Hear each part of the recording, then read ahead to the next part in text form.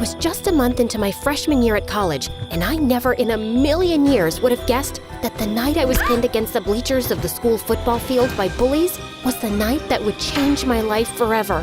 Well, Sydney, you have two choices. You can kiss my shoe or lose your hair. I have a rule that I never kiss cheap shoes. Now get away from me. Oh, look, she's gonna cry. I have a lot of practice holding in my tears, and these bimbo bullies weren't gonna break me. Hair grows back. I guess you've made your choice then. After they threw me to the ground, I prepared myself for what was coming, but a voice boomed from behind them. What the hell do you think you're doing? Leave her alone. The girls turned around and sprinted away. The person walking toward me was silhouetted by the field's lights, so I couldn't see him. When he got close and helped me up, I saw who it was, and my jaw nearly fell off my face. Are you okay? Did they hurt you? It was Ian Gallagher, the son of the president. He also just started at my school and was the image of perfection. Flowing blonde hair, a chiseled jaw, and deep green eyes. Other than my pride? No, but there wasn't much of that to begin with, so I'm good. Thank you. Maybe you and Sydney should go get some food, Ian. Who was this guy, and how did he know my name? Yes, absolutely. Are you hungry? Joe Jr.'s Diner is just up the street. I'm Todd, Ian's assistant. Our driver will be happy to take you and then bring you back to your dorm room afterward. Right, Ian? Yeah, absolutely. Please stop saying absolutely. Absolutely. I mean, right. I wasn't sure what was happening here, but whatever it was really frickin' weird. Okay then, shall we go so you two can eat and get acquainted? Can you two hold on for just a minute? I need to pause this here. As you already guessed, my name is Sydney, and it would be awesome if you clicked like and subscribe. And while you do that, I'm gonna fill you in on some quick backstory. I grew up in a huge house with everything a girl could want. Giant stuffed animals, so much chocolate that Willy Wonka would be envious, and an arcade packed with every video game that ever existed. There was only one thing missing: my parents. Sure, I had an amazing nanny who hated children and would lock me in my room when she wanted to be left alone. But all I wanted was to spend time with my mom and dad. They ran an international hotel business and traveled the world visiting their properties. Even when they were home, all they would do was criticize me and compare me to others, like my spoiled brat of a cousin who screamed whenever she didn't get what she wanted, or their friend's daughter who was forced to perform at the most ridiculous beauty pageants, or even the little girl on the cereal commercial who ate the cereal, acting like it was the best thing ever. That little girl appreciates her life. I've never seen you enjoy your cereal that much, Sydney. I felt so bad about myself that I developed this nervous facial tic where I would squeeze my eyes shut and then open them really wide. Yeah, weird facial tics are like catnip for bullies at school, and when you're the smartest kid in class, it just adds to their joy when they stuff you in the garbage can. So I kept to myself and didn't care about my appearance because there was no point. No makeup, big glasses, and my hair in a bun. I looked like a mini version of the school librarian. Okay, I did have one friend, Monty. We were friends since kindergarten because he was as awkward as me. He was also really smart and had asthma, so he was always walking around sucking on his inhaler. Also catnip for bullies. Okay, that's enough backstory. I think you get it. I thought college would be better, but clearly I was mistaken. Once an outcast, always an outcast, it seems. Now, back to the night I met Ian, because it just gets weirder from here. He took me to the diner, but our table was guarded by his two big, serious-looking Secret Service agents. His tiny assistant, Todd, sat in the booth across from us, just staring. Sorry about all this. It must be really weird for you, Sydney. This? Weird? Nah, I'm used to it. Happens every time I meet a president's son. He laughed. Someone actually thought I was funny besides me. And then he leaned in. Just imagine that your whole life is like this. It was manageable when I was a minor because the media left me alone. But now that I'm 18 and my father is running for re-election, it's like every move I make is under a microscope. Sometimes I just want to disappear. In a weird way, I completely understood.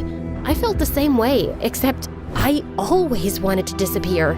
Just then, reporters swarmed into the diner and started taking photos of us. Todd signaled for us to smile, so I did, but I had absolutely no idea what was happening. Okay, that's enough. Everybody out. Why do they want pictures of me with the president's son? My own parents didn't want pictures of me. I think it's time you head back to your apartment, Ian. If it's okay with Sydney, I'd like to stay and chat some more. Considering all the insanity of the last couple of hours, the one thing that didn't feel completely nuts was the connection I had with Ian.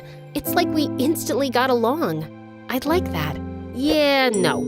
Sorry, we're leaving. Car's waiting outside to take Sydney home, so it's time to say goodnight.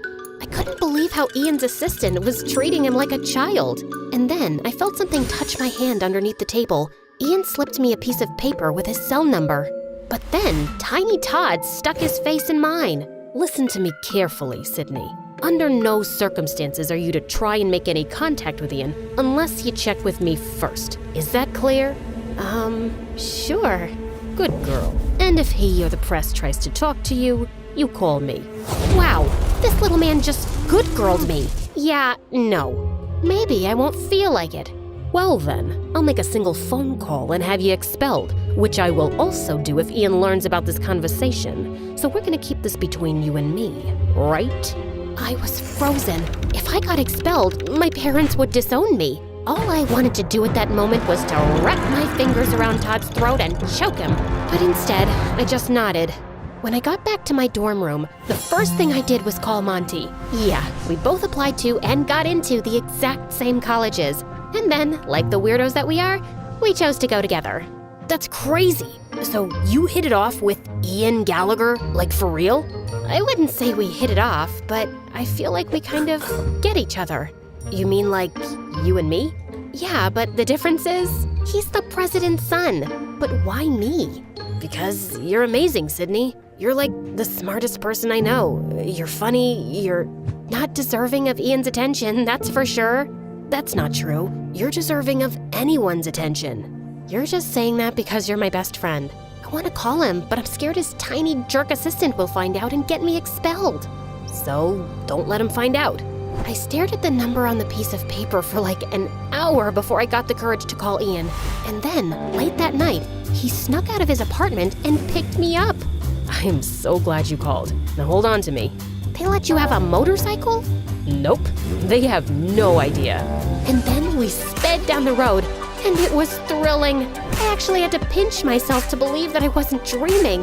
We raced up to a narrow, twisting road to a spot that looked out over the city below.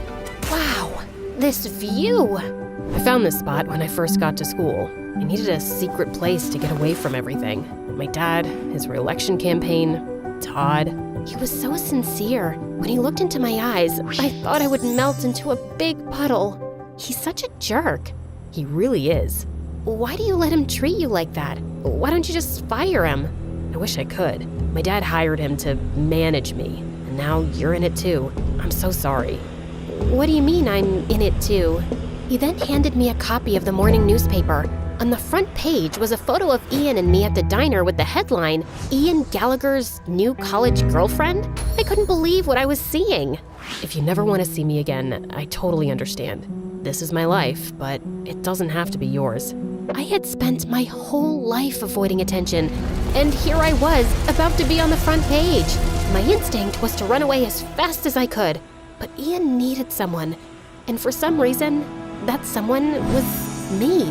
We just sat on a rock and talked and laughed for hours, but as the sun came up, Ian looked at his watch and panicked. Oh no, they're gonna be looking for me. We have to go, now. We sped down the road, but suddenly there were flashing lights behind us. It was the police. At that moment, I knew I was gonna get expelled. My life was officially over. But instead of being pulled over, Ian floored it. We raced down the road away from the police car. Forget about being expelled. I was going to jail. Ian pulled behind a tree and shut off the motorcycle lights. We watched as the police car sped by. My heart was racing, but Ian looked at me, and we both just burst out laughing. The next day, when the papers came out, I walked through campus, and everyone at school was just staring, including the 3 bullies. All I could do was smile. For the first time ever, I cared about how I looked. Monty went with me to get a prescription for contact lenses, then to the salon to get my hair done, and finally to Sephora to get a makeover. Listen, Sid, something feels off about this whole thing with Ian. Wow, is somebody getting jealous because someone else is taking up my attention for once? No, that's not it at all. You said it yourself. Why did Todd know your name? But I wasn't listening.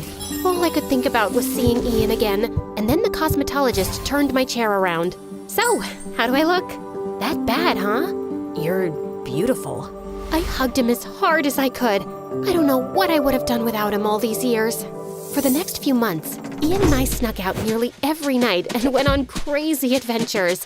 We went to a closed amusement park and turned on one of the rides, did a Ouija board in an abandoned house, and went for a midnight swim in the park fountain.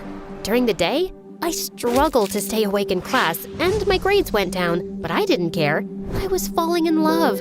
I was so caught up in Ian that I barely ever saw Monty anymore. I didn't even care that Todd kept posing us for the press. Until one day, when things took a dark turn, Todd had Ian and I meet. Well, look at you two lovebirds. It just warms my heart. I didn't know you had one of those, Todd. Every day there's a new surprise. Ian tried to contain his laughter, but Todd was not amused. When the press gets here, Ian, I want you to kiss Sydney. Ian and I hadn't kissed yet, which I thought was strange, but I felt like he was just taking it slow. Then, out of the corner of my eye, I saw Monty sitting alone on a bench eating his lunch. Is that necessary, Todd? Of course it's necessary, Ian. And I want you to kiss her like you mean it. Understand? What the heck was that supposed to mean? Why wouldn't he mean it? And like clockwork, Ian's bodyguards ushered a dozen reporters over to us. But Ian looked so uncomfortable. He gave me the most awkward, quick kiss. Now, I'm no kissing expert, but I would have to say it was pretty terrible. I looked over and Monty was gone. Ian and I got to the back seat of his limo. Todd got into the front and just exploded. What the hell was that? I'm sorry, Todd. I'll do better. For your father's sake, you better. For your father's sake? What does that mean, Ian? What does it matter to you, Sydney? You're not bullied anymore. People admire you, which I'm guessing is a first. So be a good girl and keep your mouth shut. Hey, don't talk to her like that. Or what, Ian? You gonna fire me? I was waiting for Ian to defend me, but he just went quiet. When I opened the door to my dorm room, Monty was waiting. I had given him his own key at the start of the year. I was so happy to see him. Monty! But that happiness didn't last long. You're being played, Sid. Played? Oh, stop it, Monty. You and Ian? It's a setup because his father is running for re-election, and Todd was hired to craft his image for the public. You're just jealous because I fell in love and I'm spending my time with someone else. And then Monty held up a printed photo of Ian embracing another boy. I did some digging and this was Ian's high school boyfriend. Boyfriend? You're saying that Ian is... Yes, I'm so sorry, Sid. And they're using you to give off the image that he's straight, so it doesn't affect his father's re-election campaign. Wow, Monty, you are pathetic. I was a loser until I met Ian, and you're just upset that you're still one. I can't believe I was ever friends with you. Now get out. Monty looked like I just slapped him as I slammed the door in his face. That night, when Ian picked me up, I told him I wanted to go to our spot on the cliff overlooking the city. I'm so sorry about today, Sydney. The pressure to perform in front of the camera just... Before he could finish, I held up the photo. Have you been lying to me, Ian? Where did you get that? Who cares where I got it? This is the reason why you've never kissed me, isn't it? Todd says if the world finds out about this, my father will lose. I was furious at myself. Monty tried to warn me, but I didn't listen. And now I've probably lost him forever. But it all suddenly made sense. Right. Choose a girl with low self-esteem who wouldn't question what was happening, who would be so thrilled with the attention that she would just go with it. And these adventures at night, were they part of it?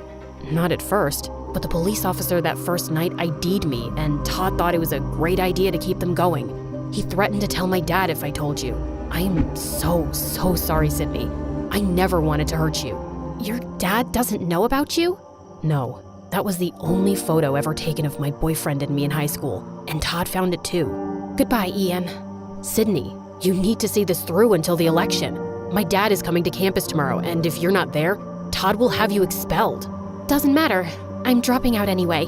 I'm done. Ian dropped me off in front of my dorm, and I turned to him one last time. If you want to live your life trying to be someone you're not just to prove yourself, it will crush you. Trust me.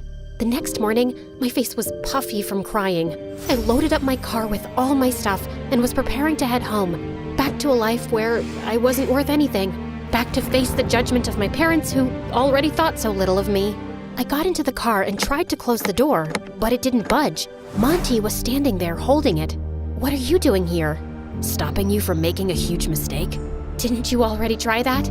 Yeah, well, that's what best friends do, right? And then I just lost it.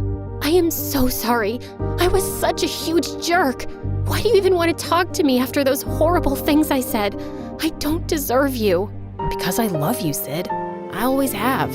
Why do you think I chose this school? It was to be with you. And then he kissed me with a passion that I had never experienced before. My body felt like it was plugged into an electrical outlet. The president's about to speak. Shall we go watch? Why would I want to watch? And so we went to the football stadium, where Ian was standing on the stage next to his father. Todd was standing behind them. And as I stand on the cusp of the next presidential election, I want to hand the mic over to my son Ian, who means more to me than anything in the world. During my dad's first election, nobody paid attention to me because I was only 14 years old. But now that the world is paying attention, I want them to meet my true love. And suddenly, the boy from the photo walked onto the stage. The whole stadium burst out into applause. It was incredible. And then Ian turned and hugged his father. Todd looked horrified. After the speech ended, the Secret Service let Monty and me backstage, just in time for Todd to walk out. I hope you enjoyed your time here, Sydney, because you're as good as expelled. Nah, but you're as good as fired, Todd. Ian walked over, and for the first time, Todd looked terrified. You can't fire me, but I can. Mr. President, I was only doing this for you. Who told you to do that? You harassed my son for years and misused the power I gave you. Get him out of here. And the Secret Service dragged him away, kicking and screaming. It was glorious. I forgave Ian, and 4 years later, he and his boyfriend became the best men at Monty's and my wedding, at the White House. My parents were there, glowing with pride, but winning their approval didn't matter to me anymore. I was happy that at least they were there. And finally, I was just happy being me.